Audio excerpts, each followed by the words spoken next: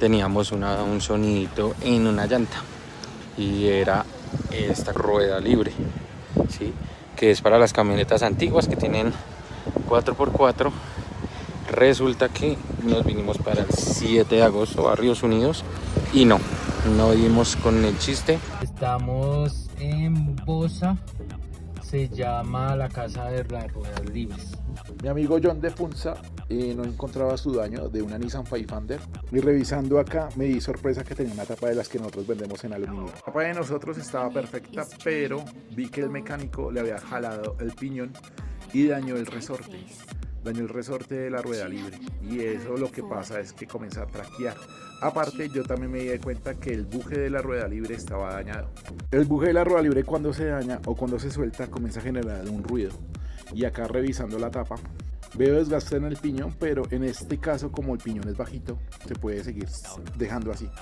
Y revisando la tapa que nosotros vendemos está perfecta todavía. Aparte de lo que hizo el mecánico, no la pudo dañar, gracias a Dios. Comenzamos a lavar. El buje de la rueda libre está totalmente deshecho y como digo, las tapas de nosotros están perfectas. Creo que esta tapa se vendieron en Funza hace como 3 años. Ya que el cliente me comentaba que estaba ya dejando el carro otra vez full, que lo había acabado de comprar y lo estaba organizando, me parece excelente. Acá cuadramos el buje y lo dejamos perfecto.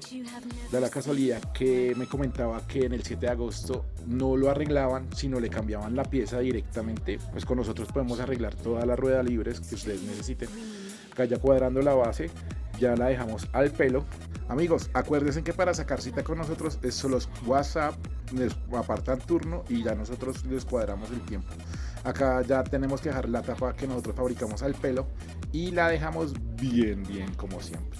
Y una pintadita porque siempre vamos a dejarlas así. Creo que mi amigo John quedó feliz. Yo tengo este problema con esa rueda libre hace como 3 días.